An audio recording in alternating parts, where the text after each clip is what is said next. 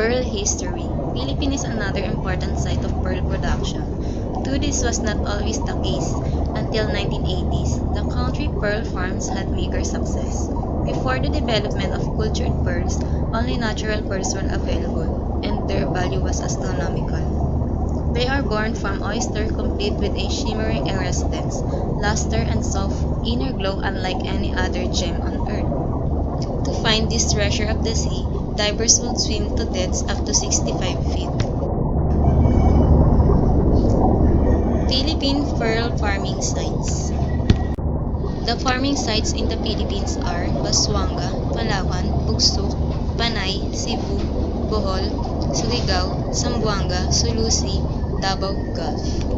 The birth of a pearl is truly a miraculous event. When pearl farming became prevalent over the world, the Badjao and seafarer in Sulu archipelago and around Zamboanga and Davao considered as the best. Pearl divers in the world changed their livelihood. Harvesting pearl does not kill the oyster, and pearl farming is very much a sustainable practice. Not only does removing a pearl not kill the oyster that produced it, pearl farming is extremely careful not to harm their oyster.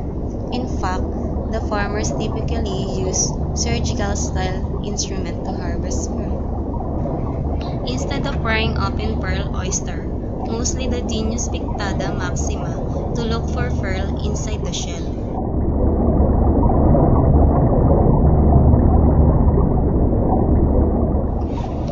The pearl of Allah, also known as pearl of Blauthroat, is the largest known pearl in the world.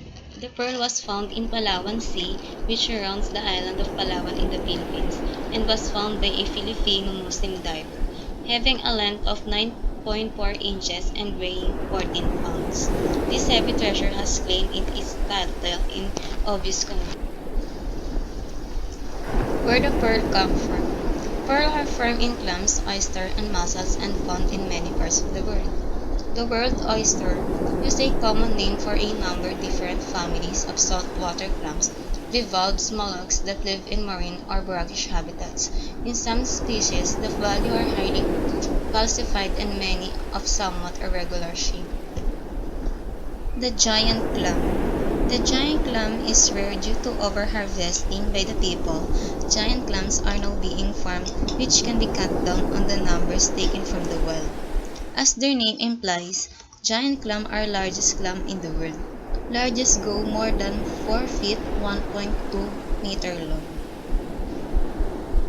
Different shapes of pearl. Round, semi-round, button, pear, draft, oval, barong, and range. Interesting facts. Pearl stone is advised to be worn by astrologists if a person suffers from weak moon or malefic moon, since wearing this stone devote the null effects of moon. South Sea pearl or gin pearl stone are considered to be the high-quality cultured pearl stone. The color of South Sea cultured stone range from white, cream, and gold. Trivia.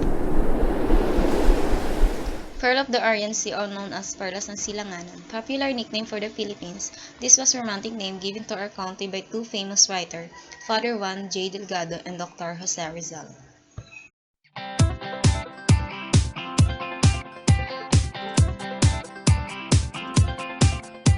Kati-kati na ba ang iyong mga